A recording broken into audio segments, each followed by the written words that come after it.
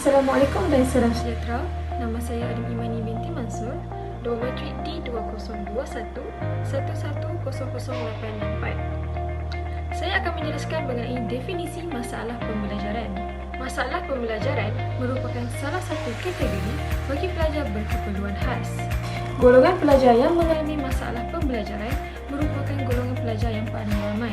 Pelajar pendidikan khas masalah pembelajaran merupakan golongan pelajar yang telah dikenal pasti dan disahkan oleh pakar profesional klinikal sebagai golongan yang mengalami kecacatan yang mengganggu proses pembelajaran.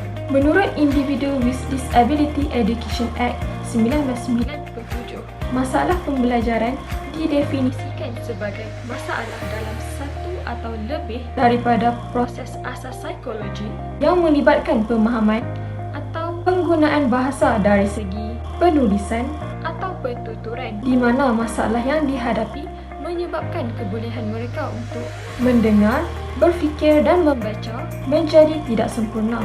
Perkara ini termasuk mereka yang bermasalah pembelajaran akibat daripada ketidakupayaan penglihatan dan motor, kerencatan akal, gangguan emosi atau kekurangan dalam persekitaran, budaya ataupun ekonomi. Menurut The Joint Committee on Disability 1990 pula, masalah pembelajaran membawa maksud satu kumpulan pelbagai yang mengakibatkan kesukaran yang nyata dari segi mendengar, bertutur, membaca, menulis, membuat keputusan atau menyelesaikan masalah matematik. Masalah ini berpunca daripada ketidakfungsian sistem saraf pusat dan boleh berlaku tidak kira tahap umur. Masalah mengawal tingkah laku, persepsi dan interaksi sosial mungkin wujud bersama-sama masalah pembelajaran, tetapi ia tidak memberi kesan terhadap berlakunya masalah pembelajaran. Masalah pembelajaran mungkin wujud seiring dengan ketidakupayaan lain seperti masalah emosi, kerencatan mental atau gangguan emosi. Halo, nama saya Leni Lidiati Debungau yang memegang vokal metrik di 20211100196. Baiklah, saya akan menjelaskan mengenai 4 isu-isu pendidikan inklusif. Antara isu yang hangat pada saat ini adalah seorang guru aliran perdana tidak dapat menerima murid berkeperluan khas di dalam kelas. Menurut Bifong dan Zalizan pada tahun 2009, bagi guru-guru ini, mereka mempunyai sikap dan andaian bahawa golongan murid berkeperluan khas ini sukar untuk dididik. Maka, guru tersebut tidak memberikan kerjasama atau perhatian kepada murid-murid berkeperluan khas ini semasa proses pembelajaran dan pengajaran di dalam kelas. Guru-guru juga kurang menunjukkan kolaborasi bersama guru khas seperti mendapatkan maklumat berkenaan murid pendidikan khas dan memberi pendekatan atau kaedah yang dapat memudahkan pembelajaran murid khas. Hal yang dikatakan demikian kerana menurut Mas Lina pada tahun 2009, guru-guru di aliran perdana masih kurang memahami konsep sebenar pendidikan inklusif. Oleh itu, mereka harus sadar bahwa murid-murid berkeperluan khas ini sebenarnya mampu belajar dan berupaya mencapai perkembangan yang baik seperti kanak-kanakan tipikal yang lain. Semua ini adalah bergantung kepada cara interaksi guru dengan murid serta murid dengan bahan pengajaran. Malah, wujud juga pelebalan terhadap murid berkeperluan khas ini oleh rakan-rakan tipikal di dalam kelas. Murid-murid tipikal ini beranggapan bahwa murid berkeperluan khas tidak normal dan tidak mahu bergaul dengan mereka. Hal ini akan menyebabkan murid-murid berkeperluan khas ini terasa tersisih dan tidak bersemangat untuk belajar. Isu yang seterusnya mengenai pendidikan inklusif ini ialah sistem pendidikan inklusif di Malaysia turut memperlihatkan kekurangan sokongan atau bantuan daripada ibu bapa terhadap sekolah dalam melaksanakan aktiviti-aktiviti inklusif kepada murid-murid berkeperluan khas. Hal ini dikatakan demikian karena ibu bapa kurang mengambil berat tentang pembelajaran anak-anak istimewa ini. Sebagai contoh, ibu bapa jarang berjumpa dengan guru-guru untuk mengetahui masalah dan perkembangan pembelajaran anak-anak mereka. Menurut Saiful Azam 2017, kurangnya sikap tanggungjawab dan kesedaran dalam kalangan ahli keluarga terhadap kanak-kanak berkeperluan khas ini akan menjadi salah satu penyebab terhalangnya perkembangan diri kanak-kanak yang berkeperluan khas. Isu ketiga adalah berkenaan persekitaran fizikal kelas inklusif. Keadaan kelas seperti tempat duduk untuk murid-murid berkeperluan khas yang jauh di belakang di dalam kelas inklusif juga akan menyebabkan mereka tidak dapat belajar secara optimum di dalam kelas. Mereka akan berasa seperti dipinggirkan dan tidak fokus kepada proses pembelajaran mereka. Malah, kelas inklusif sekiranya ditempatkan di kawasan yang kurang selesa atau kondusif, misalnya berhampiran dengan kantin atau tandas, juga akan menyebabkan mereka kurang tumpuan untuk belajar. Ini adalah kerana mereka akan diganggu oleh suasana yang bising atau bau busuk yang berdekatan. Perkara sedemikian juga turut disokong oleh Norizah pada 2012 yang mengatakan bahawa kelengkapan asas untuk proses pengajaran yang tidak mencukupi juga menjadi penghalang kepada kejayaan pendidikan inklusif ini. Kekurangan kelengkapan ini akan menyebabkan sesetengah aktiviti yang dapat membantu murid-murid berkeperluan khas dalam kelas inklusif tidak dapat dilaksanakan dengan sempurna atau berkesan. Isu yang keempat adalah berkenaan kurangnya ilmu pengetahuan dalam kalangan guru aliran perdana untuk mengajar murid berkeperluan khas. Hal ini dikatakan demikian kerana guru-guru di aliran perdana yang mengajar murid-murid berkeperluan khas ini tidak didedahkan dengan kursus atau pengetahuan berkenaan cara pengendalian murid berkeperluan khas. Lantaran, ia akan menyebabkan mereka berasa sukar untuk memahami keperluan murid-murid ini dan tidak tahu bagaimana untuk mengendalikan murid-murid tersebut agar mereka dapat belajar secara optimum. Kesimpulannya, sekiranya kesemua isu yang dinyatakan ini dapat diatasi, maka program pendidikan inklusif ini akan berjalan dengan lebih lancar dan lebih berkesan. Okey, hai, Assalamualaikum warahmatullahi wabarakatuh dan salam sejahtera saya ucapkan. Hai, nama saya Muhammad Azim bin Asri, memegang nombor kad matrik D202111076 dan pada hari ini saya ingin menerangkan mengenai konsep PDP dalam pendidikan khas. Okey, apa itu konsep PDP pendidikan khas? Okey. Konsep PDP pendidikan khas ialah satu program yang berfokus kepada menciptakan lingkungan inklusif, memberikan pendidikan yang disesuaikan dan fasiliti perkembangan dan kemajuan individu dengan keperluan pendidikan khusus. Okey, kita ada 5 konsep PDP pendidikan khas. Mari kita tengok. Okey, konsep yang pertama ialah inklusif. Konsep inklusif bertujuan untuk mengintegrasikan individu dengan keperluan pendidikan khas ke arah sistem pendidikan umum. Hal ini melibatkan lingkungan yang menyambut semua pelajar tanpa memandang kemampuan atau kekurangan mereka. Konsep yang kedua, konsep kedua ialah konsep perbezaan. Konsep perbezaan dalam pendidikan khas menekankan pentingnya pendekatan pembelajaran yang disesuaikan dengan keperluan individu. Guru harus mampu mengenal pasti keperluan dan gaya belajar pelajar dengan pendidikan khas dan serta menyediakan strategi pembelajaran yang sesuai dengan tingkat kemampuan mereka. Perbezaan dapat mencakupi penggunaan kaedah pengajaran yang berbeza, bahan pembelajaran yang disesuaikan dan penilaian yang adaptif.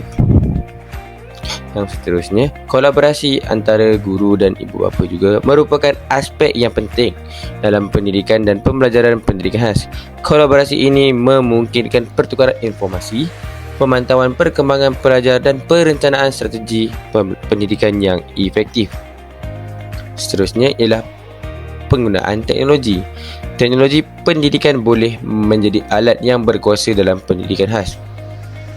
Dalam pendekatan inklusif, teknologi boleh digunakan untuk menyediakan kebolehcapaian, menyokong komunikasi alternatif, menjadikan bahan pembelajaran tersesuai dan membantu pelajar berkeperluan pendidikan khas mengembangkan kemahiran mereka. Seterusnya ialah fokus kepada kemampuan. Pendekatan pendidikan tersendiri yang berkesan mampu memberikan tumpuan kepada kebolehan dan potensi pelajar, bukan pada kekurangan mereka. Guru harus berusaha untuk mengenal pasti kekuatan individu dan mewujudkan peluang untuk mengembangkan kebolehan murid berkeperluan khas tersebut. Hai, nama saya Grace Pedelhok, anak murid pemegang Katlitik D2051109984. Saya akan mengkongsikan kaedah pengajaran dan pembelajaran yang sesuai bagi kelas pendidikan khas. Baiklah, di sini saya akan mengkongsikan 4 kaedah. Kaedah yang pertama adalah kaedah tunjuk ajar, kaedah bercerita, kaedah simulasi dan kaedah memberi arahan. Kaedah tunjuk ajar. Kaedah tunjuk ajar adalah kaedah yang telah lama digunakan di sekolah dan ia paling sesuai digunakan dalam PDP pendidikan khas. Kerana ini merupakan satu cara untuk membiasakan murid dengan prosedur yang perlu diikuti oleh mereka semasa membuat aktiviti seperti berkebun, menggunakan alatan dan sebagainya. Kaedah tunjuk ajar yang berjaya mengandungi langkah-langkah yang memberi murid peluang menunjukkan bahawa mereka benar-benar memahami apa yang dipelajari. Sesuatu tunjuk ajar tidak akan berjaya dan lengkap jika tidak diberi peluang murid membuat sesuatu yang menunjukkan mereka telah menguasai maklumat, proses dan prinsip tertentu. Seterusnya adalah kaedah bercerita. Kaedah bercerita juga amat sesuai diperhatikan dalam pendidikan khas. Cerita adalah satu susunan kejadian atau peristiwa yang berlaku sama ada benar-benar berlaku atau diciptakan. Bercerita dianggap sebagai satu cabang seni dan ia memainkan peranan penting sebagai sumber hiburan rakyat di samping alat pendidikan moral dan nilai di kalangan masyarakat. Bercerita dapat mencerna daya kreatif dan imajinasi pelajar. Selain daripada kaedah bercerita, kaedah simulasi juga boleh digunakan dalam PDP pendidikan khas. Simulasi merupakan satu gambaran abstrak sesuatu situasi sebenar yang memerlukan pelajar berinteraksi sesama sendiri berdasarkan peranan masing-masing untuk menyelesaikan sesuatu masalah atau isu. Tujuan kaedah simulasi adalah untuk meningkatkan kebolehan murid mengimplikasikan konsep-konsep tertentu dalam penyelesaian masalah. Kaedah yang terakhir yang akan saya kongsikan adalah kaedah memberi arahan. Kaedah memberi arahan merupakan kaedah yang paling banyak digunakan dalam PDP pendidikan khas. Tujuan memberi arahan adalah untuk memberi panduan kepada murid sebelum mereka memulakan aktiviti. Guru perlulah mengambil masa yang lama untuk memberi arahan. Perkara penting ialah murid perlu mempelajari bagaimana mematuhi arahan yang agak sukar dipahami. Oleh itu, arahan guru haruslah jelas dan tepat serta berulang-ulang sebelum mempelajari hal tersebut. Arahan yang tidak tepat, kabur, sukar, singkat serta tidak diulang-ulang akan menyebabkan murid melakukan kesalahan semasa menyelesaikan tugas.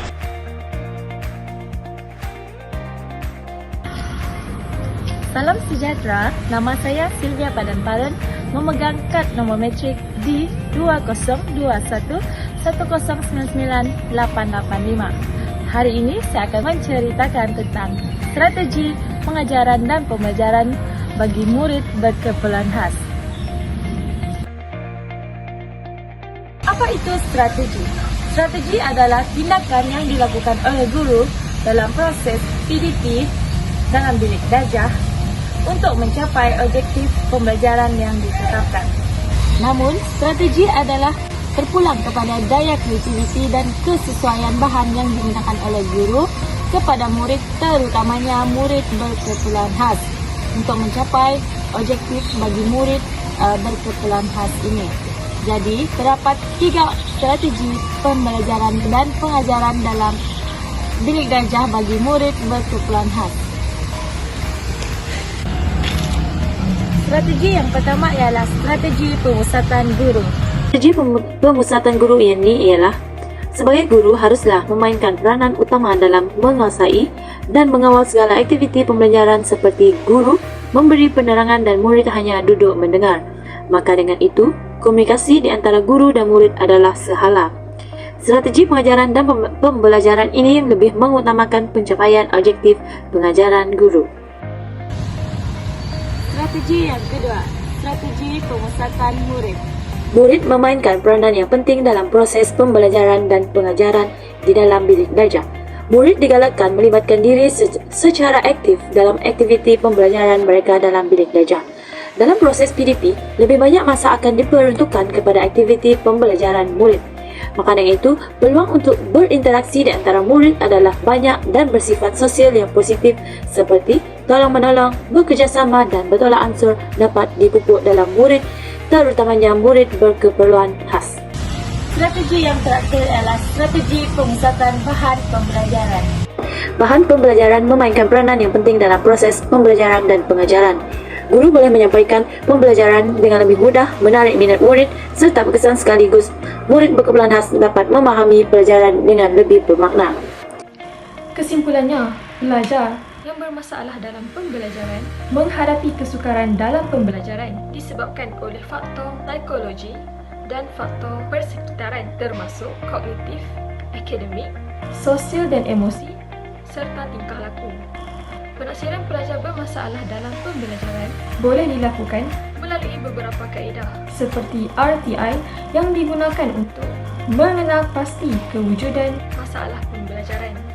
Selain itu, penaksiran formal dan tidak formal turut dapat digunakan. Terdapat beberapa penempatan yang ditawarkan serta kaedah pengajaran yang sesuai kepada pelajar bermasalah pembelajaran bagi memastikan proses pembelajaran mereka dapat dijalankan dengan lancar dan berkesan.